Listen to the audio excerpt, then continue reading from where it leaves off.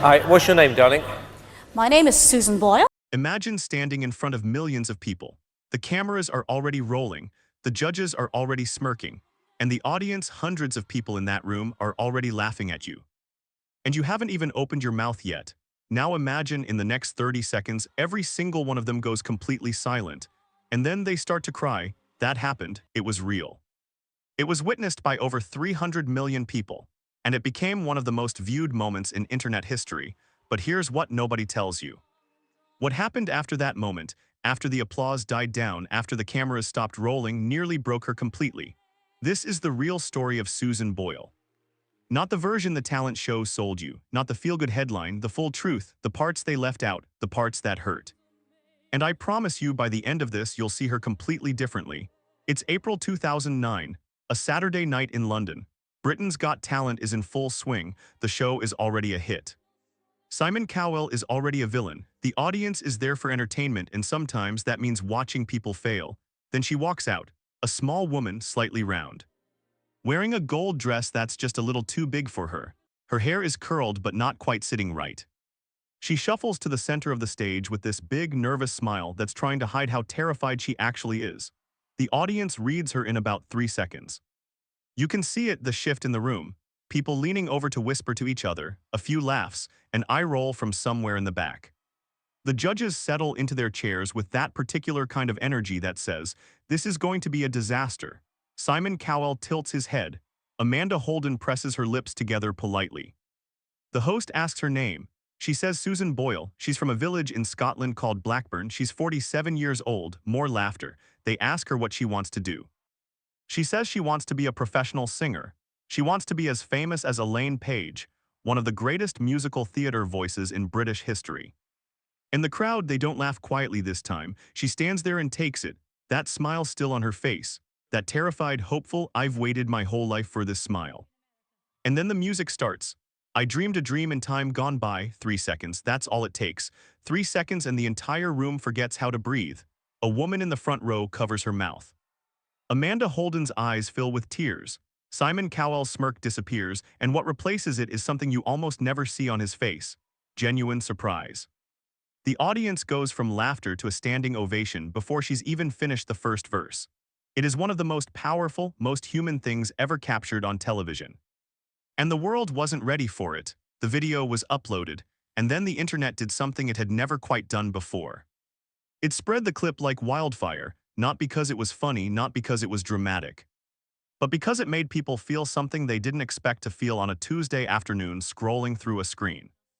Within 48 hours, tens of millions of views.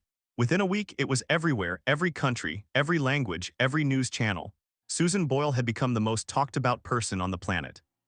But here's the thing nobody stopped to ask in all that noise. Who was she really? What was her life actually like? And was any of this, any of it, as magical as it looked? Susan Magdalene Boyle was born on the 1st of April 1961 in Blackburn, West Lothian, a small, quiet town in Scotland where not much happens and most people live and die without the world ever noticing them. She was the youngest of 9 children. From the very beginning, life had a particular weight to it for Susan. During her birth, there were complications. She was briefly deprived of oxygen. It was a small thing, one of those things that gets noted in a file and mostly forgotten. But doctors later believed it may have contributed to some learning difficulties she carried through childhood. School was not kind to her. Kids have a radar for difference, and Susan was different. She struggled in ways other children didn't. She moved through the world a little slower, a little more awkwardly. They gave her a nickname, Susie Simple, and they used it without mercy. She came home with that cruelty sitting on her shoulders every day. But there was one place where none of that existed. When Susan sang, the world made sense. Not just carried a tune, she could feel music in her chest in a way most people spend their whole lives searching for and never find. She sang in church. She sang at local shows. She took vocal lessons from a teacher who recognized immediately that there was something real there, something worth developing. And her mother saw it too. Bridget Boyle was a quiet, steady woman who loved her daughter in the way that matters most, not by telling her she was perfect, but by refusing to let her believe she was less. She pushed Susan to perform. She encouraged her to enter competitions. She was the voice in Susan's ear that said, "You have something, don't waste it." Susan listened. She submitted demo tapes. She entered talent competitions. She tried and tried again and failed again and kept going, and in between all of that, she lived her life. She stayed in Blackburn, she never married. She cared for her mother as Bridget got older and her health started to fade, giving up most of what other people would call a social life to be there for the woman who had always been there for her. By the time she was 47, Susan Boyle was living alone in the same house she'd grown up in, with a cat named Pebbles and a life the rest of the world would politely describe as small. No career. No partner, no story as far as anyone else was concerned. But that's not the truth, because the truth is she had been working toward that stage for decades. Every failed audition, every rejection, every night she went back to that small house and still chose to believe that was all preparation. That audition on Britain's Got Talent wasn't a fluke. It was 47 years in the making. And when she finally stepped into that spotlight, she was more ready than anyone in that room understood. The weeks after the audition were unlike anything Susan had ever experienced, or honestly, unlike anything she could have prepared for. The cameras followed her. Journalists showed up outside her house in Blackburn, outside the quiet, ordinary house she'd lived in her whole life, with long lenses and notepads and that particular kind of hunger that celebrity press get when they find someone new.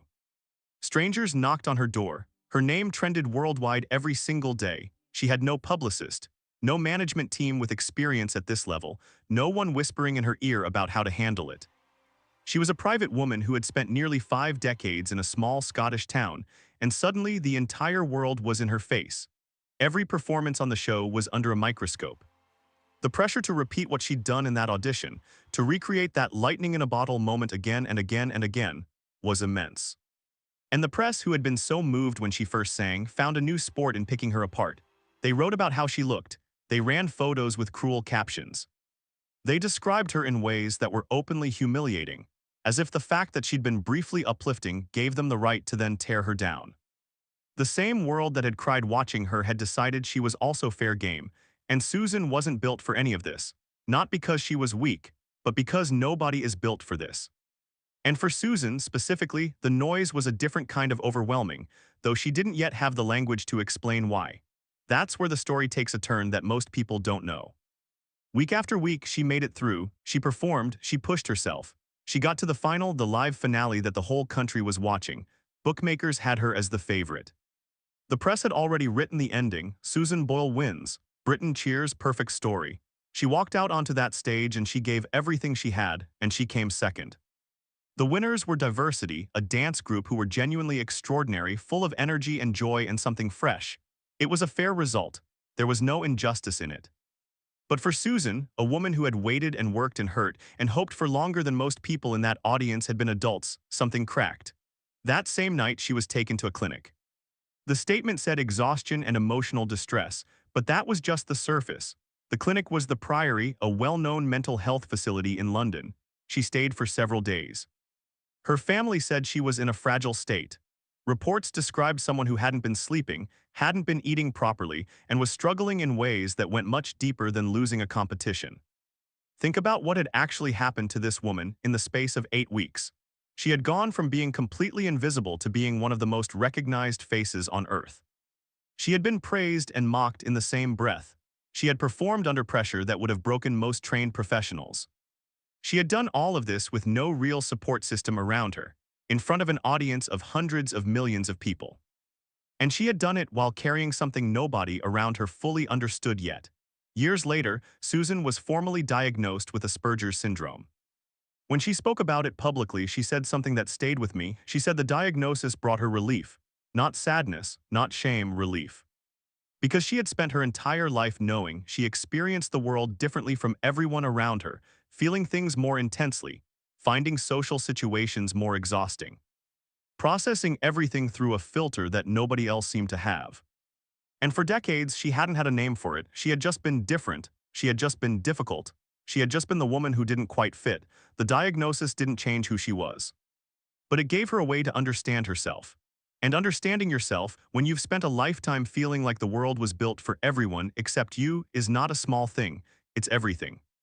But understanding yourself doesn't make the machine any gentler. The music industry is loud and fast and relentlessly social. Interviews, photo shoots, touring appearances, meet and greets, signings, all of it happening constantly. all of it demanding a version of you that is on at all times.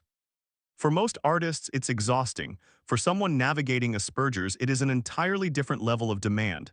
And yet, she kept going. In November 2009, just months after she'd been admitted to the Priory, Susan Boyle released her debut album. It was called I Dreamed a Dream, and what happened next was staggering.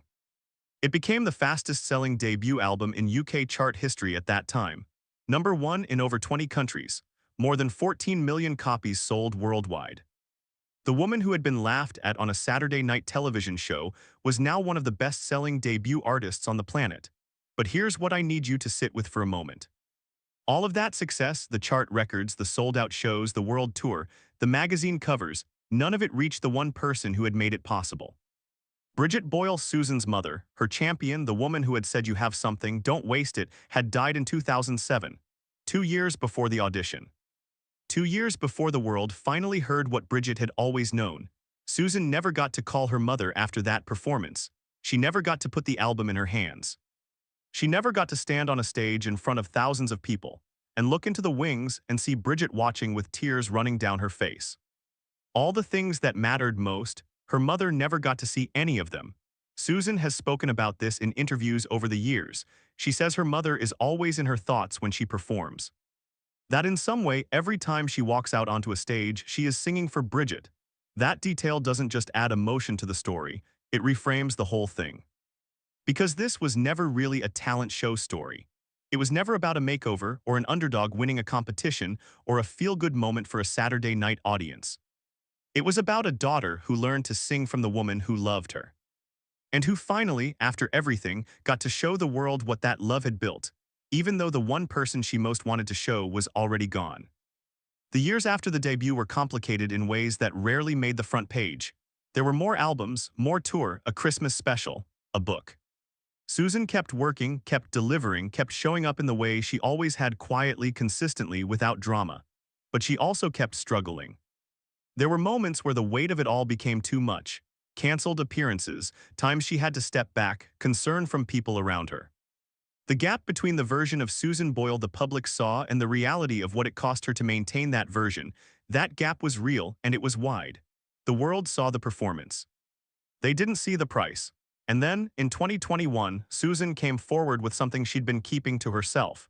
She revealed that she had been diagnosed with type 2 diabetes. The condition had been quietly affecting her health, her energy, her voice, for some time. She hadn't talked about it because it was private. Because she's always been, at heart, a private person who happened to end up with a very public life. But she chose to speak about it, not for sympathy, not for attention. She said she wanted other people who were silently dealing with the same thing to feel less alone. Even in her own pain, her instinct was to reach toward someone else's. That is the Susan Boyle the cameras never quite captured, not the quirky woman in the gold dress, not the ugly duckling narrative that newspapers loved so much. Not the inspiration porn story about the unlikely winner who proved the doubters wrong. The real Susan Boyle is someone who has carried an enormous amount: loneliness, grief, a neurodivergent mind in a world not designed for her, the cruelty of sudden fame. The slow exhaustion of maintaining a career while managing her health, and has chosen, again and again and again, to keep going. Not because it was easy, not because the world made it easy, but because she had something to give and she was not going to let the world talk her out of giving it. So what really happened to Susan Boyle? She lived, that's the truth of it. She lived through the kind of life that most people will never experience. The loneliness, the hope, the humiliation, the grief, the sudden impossible fame, and everything that came after. She sang for decades in empty rooms and churches and small stages before anyone noticed. She lost the most important person in her life 2 years before the world finally showed up. She was laughed at in front of hundreds of millions of people, and still opened her mouth and sang anyway. She was made to feel invisible for most of her 47 years, and then, when the world finally looked, she was strong enough to let it. There's a question that keeps sitting with me when I think about her story. How many Susans are out there right now? How many people are in quiet towns, in small houses, with something extraordinary inside them, and no one has stopped to listen yet? How many people have been told they're too different, too slow, too plain, too much, not enough, and are still somehow choosing to believe in themselves anyway? Because that's what Susan Boyle's story is really about. Not the talent show, not the chart records, not the moment that went viral. It's about what happens when a person refuses to disappear. When the world spends decades trying to make you feel like you don't matter, and you keep getting up every morning and deciding that you do. It's about the courage it takes to walk onto a stage when everyone in the room is already laughing, and to open your mouth anyway. She's still here, still performing, still recording. Still showing up in that same quiet, consistent, unshakable way she always has. Still proving to anyone who cares to pay attention that the people this world overlooks are sometimes the ones carrying the most light. So here's what I want to ask you. What do you think the world most gets wrong about people like Susan, not just her, but all the people like her? The ones who don't fit the mold.